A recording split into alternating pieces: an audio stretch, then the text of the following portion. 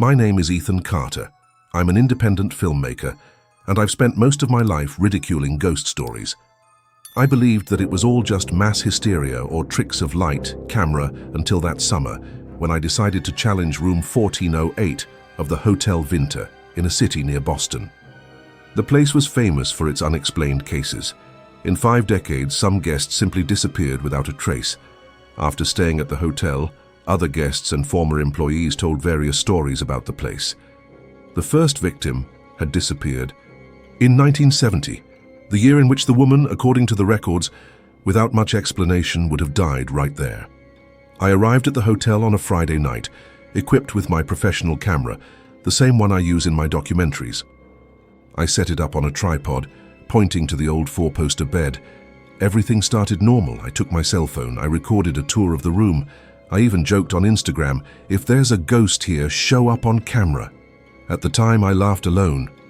I found it funny. I didn't turn off the lights, lay down on the bed and closed my eyes, certain that I would wake up without any surprise.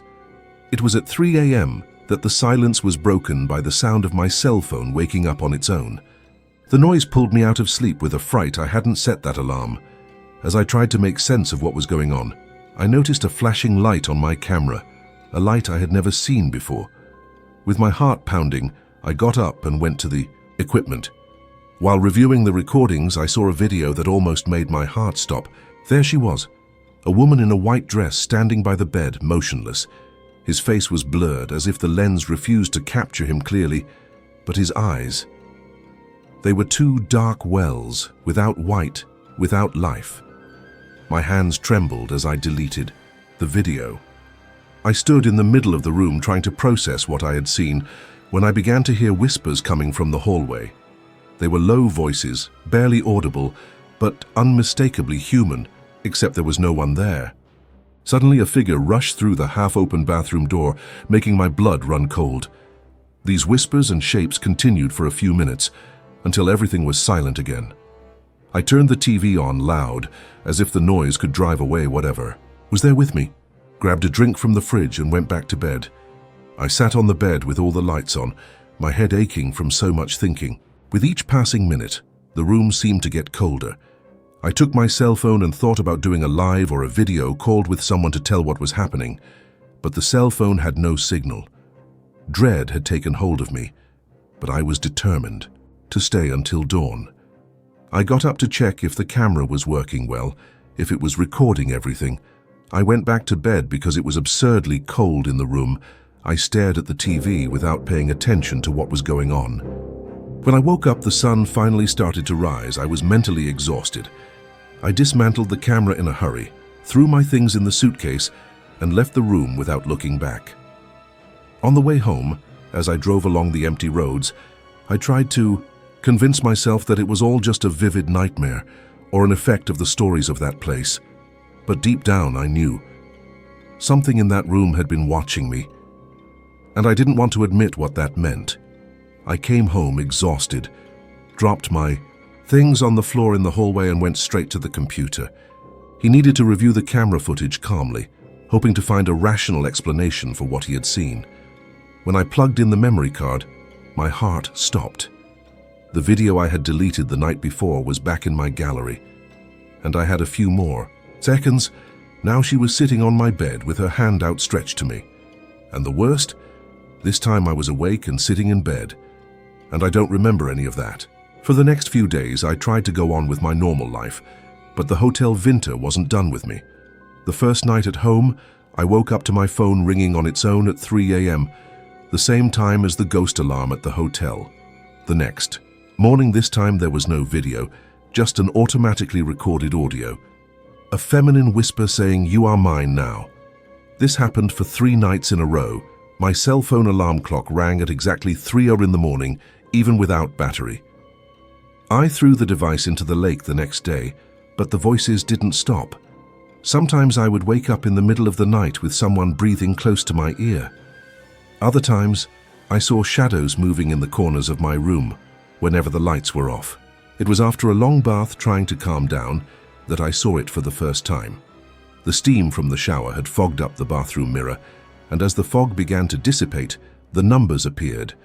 1408, written as if someone had run a finger over the glass. I tried to delete it, but they wouldn't come out. They only disappeared when the mirror dried up completely, leaving behind only my pale and frightened reflection. The following weeks were strangely normal, which, ironically, made me more uneasy than the events themselves.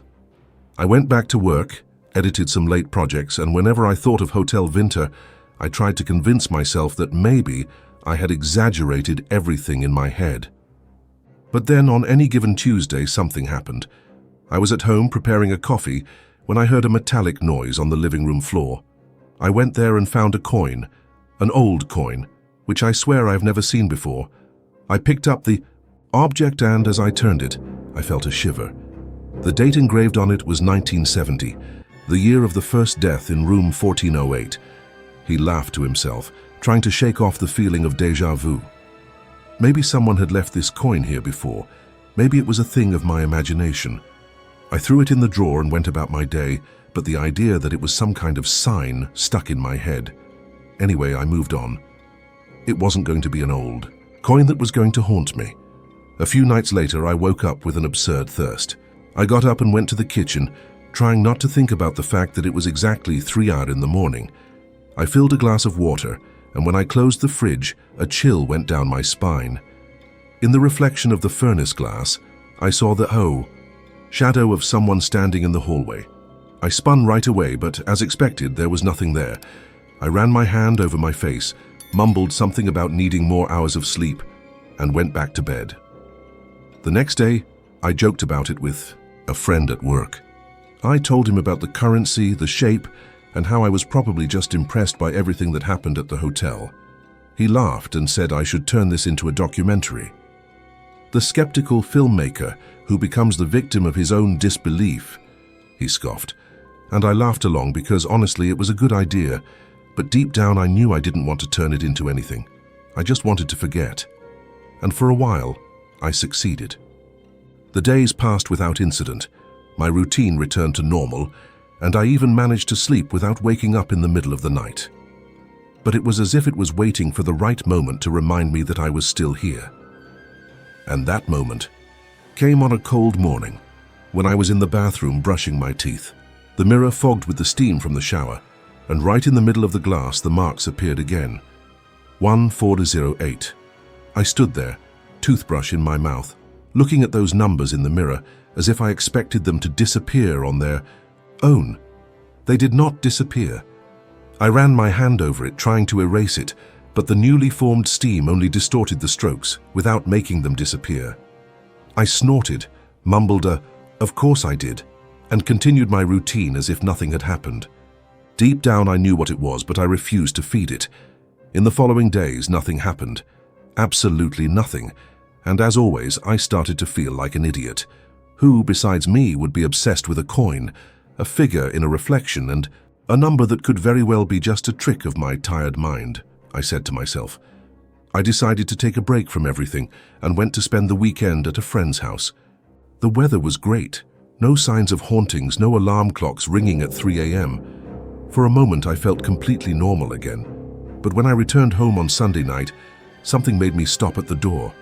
The apartment was the way I left it, except for one thing. The currency. That 1970 coin, which I had thrown in the drawer, was now on the coffee table right in the middle.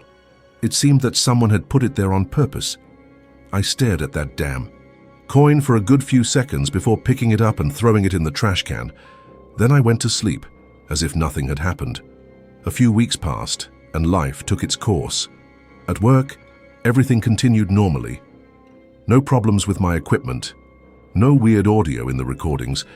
Even the friends who spent the night at my house never reported anything weird. I went so far as to convince myself that it was all over. But then came the day when I entered the elevator of my building, and the electronic panel out of nowhere started flashing. When I looked, all the numbers were gone, except one, 1408. I pressed the button on my floor over and over again until the elevator returned to normal and took me home. When I left, I let out a short, almost hysterical laugh. Okay, so this is how it's going to be now, I said to myself. Subtle signs, no big deal, just little nudges to remind me of everything I went through in that hotel room. Deep down, I knew that laughing about it was just a way to mask the discomfort. Still, I continued my life. Strange things didn't happen often, and when they did, they were small enough for me to ignore. But then there was that night at the movies. I was with some friends watching some horror movie. Nothing much, just an excuse to go out and make small talk later. In the middle of the film, when the screen went dark for a second before the next scene, I saw something reflected in the glass of the projection booth. A figure standing in the back row. I turned around right away, but of course there was no one there. My heart raced. I didn't tell anyone. The problem was not what I saw, but what I felt. A strange sensation, as if something was testing me. As if he waited to see how much I could take before admitting that it was all real. After that night, I became more attentive. I started to notice small things, but I refused to let it affect my routine. But sometimes, when he was distracted, he felt a presence. Like an invisible weight in the air. I could be washing dishes, driving, or anything, and suddenly there was that feeling that I was not alone. But, as always, time passed and nothing happened. Not every day, at least. And I was convincing myself, again, that it was all just paranoia, until one day I received an email from an unknown address. The subject was just, "Open now." I didn't open the email right away.